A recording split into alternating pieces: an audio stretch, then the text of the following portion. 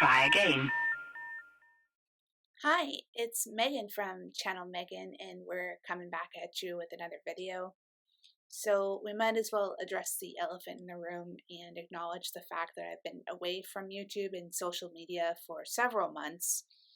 I've had some things going on in my personal life that I'm still trying to get addressed, and I wish I could say more than that, but I hope in the future that I could provide you with more information and details about what's been going on. So that is just a long non-answer, and yeah, I'm sorry that I've been gone. I also realized I was supposed to post a part 2 for the Kuretake watercolors. That video will be coming. Thank you for your patience with me. But this current video I shot all the way back in September, so I figured that I'd do the voiceover for that. This is future editing Megan here. Without further ado, let's just get into it. This is a scrap album that I picked up from Book Off several months ago, and inside is a very thick craft paper. You can see in the background that I have some sandpaper, which I'll use later on in this video to scrub down the smooth surface of the craft paper in order to create a surface that can grab onto the color pencil I'll be using. I should also mention that SuperRaeDizzle had mentioned this tip several times on her channel in order to create a great drawing surface from cheap poster paper from the dollar store. I'll link her channel in the description box below. But it's a very good tip that you can apply to different situations, such as this one when you're dealing with a scrapbook. For now, I'm going to speed up this footage because I think sanding down a page is probably not that interesting, so we'll come back in just a little bit.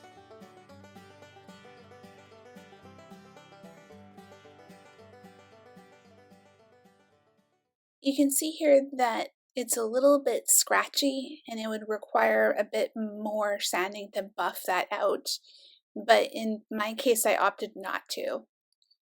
And this is just to show the original surface. I'm not sure how much that's showing up on camera. For this drawing, I am revisiting 2 illustrations from sometime between 1998 and 1999 when I was in grade 7 in junior high school.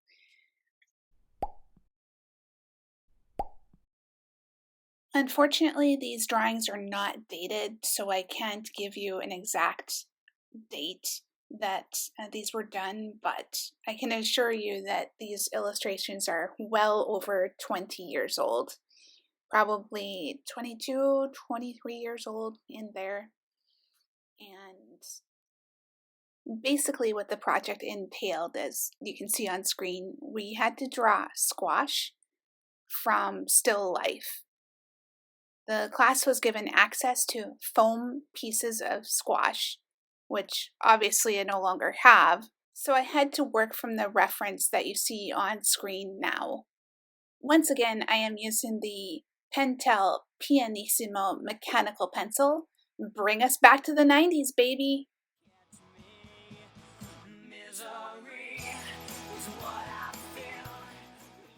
Here I am just starting out with the outline of the squash, using those 2 original drawings as my reference. Keeping in with the 90s theme, we will be using Laurentian colored pencils, but I've also introduced Crayola colored pencils to use as the base layer for these drawings today. I should also note that I used only the Laurentian colored pencils in the original reference drawings. I have a very special memory associated with the original assignment. Now, this was when I was in grade 7, and this was the very last year that I was at this particular elementary/junior high school when we got to grade 7, we had to make the choice between art and band. And of course, I went with art. And the art teacher that we had was just great. For the purpose of this story, let's call them Samuel. That's right, Samuel. Now, Mr. Samuel was very strict, but very endearing and approachable. He didn't tolerate any nonsense in this class whatsoever.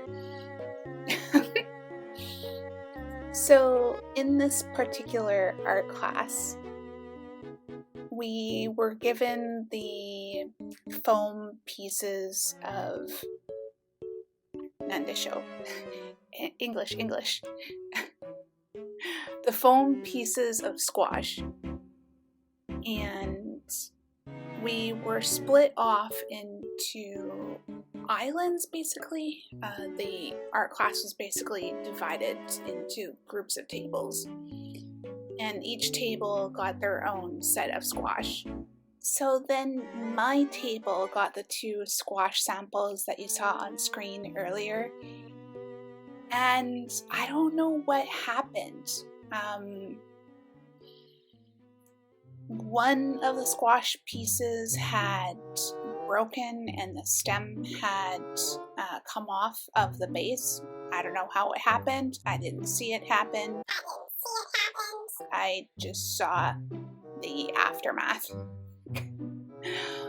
And it's not even funny, but we were 12-year-olds at the time, and of course we thought it was absolutely hilarious. So we made such a production about this that Mr. Samuel came over and asked us, "What's so funny?" And of course there was the unanimous, "Oh, nothing." I wish that I could fully recapture the lecture that we received after that, but it's been more than 20 years since this happened, so my memory is probably failing me a little bit. But basically he told us that we can't be laughing at nothing, because if we were laughing at nothing, we would be crazy, for one. And the second part is that by not including the other party in the conversation, you are excluding that person, and it really doesn't make them feel good. And after that, he asked us again what was so funny. I distinctly remember one of the girls at my table said, I quote, "The stem came off." And Mr. Samuel reminded us that while inclusivity is very important, this really wasn't that funny. And it's not.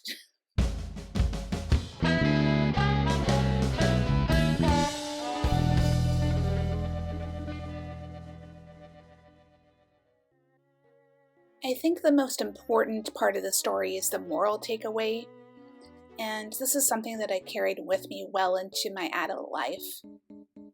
Now, there was a time a few years ago that I went to a doctor's office, and while I was waiting in the lobby, I was scrolling through Reddit when I came across a photo that I'm not going to mention here, but I just started laughing my tail off and I couldn't stop. Thankfully, the lobby was relatively empty, but there's still a guy sitting across from me and just like, what's she on about? So I did the right thing in this situation, and I handed the man across from me my phone with the aforementioned, or not mentioned, picture, and he had a good laugh too. And a picture is worth 1,000 words. There's no need to explain anything at all, because it just transcends languages. It's amazing. After I did that, it eliminated the awkwardness immediately, and the guy had a good laugh at the picture also. So it was a great way to really lighten the mood at the office. So basically, if you find yourself laughing in public and it's getting really awkward, I recommend sharing. If it's not embarrassing for you, I recommend sharing what it is that you're laughing about with the other people around you, because it just improves the overall mood of the situation that you're in. And it helps to make people feel included too. Cut back to junior high school, sometime after Mr. Samuel had graded this squash still life assignment, he was handing them back. He had the stack of assignments face down, so we wouldn't see them until he flipped them over. And he went through them one by one so that we could see what everybody did. And when he came to mine, everyone assumed that it must be his. And he said, well, they're good enough to be mine, but... And he kind of trails off and hands the work to me. After that happened, you could hear a pin drop in that classroom, and all eyes were on me. But I felt really good in that moment. If you like this video, please like, subscribe, share, and hit that bell icon because that really helps me out. Thank you so much for watching, and we'll see you in the next video.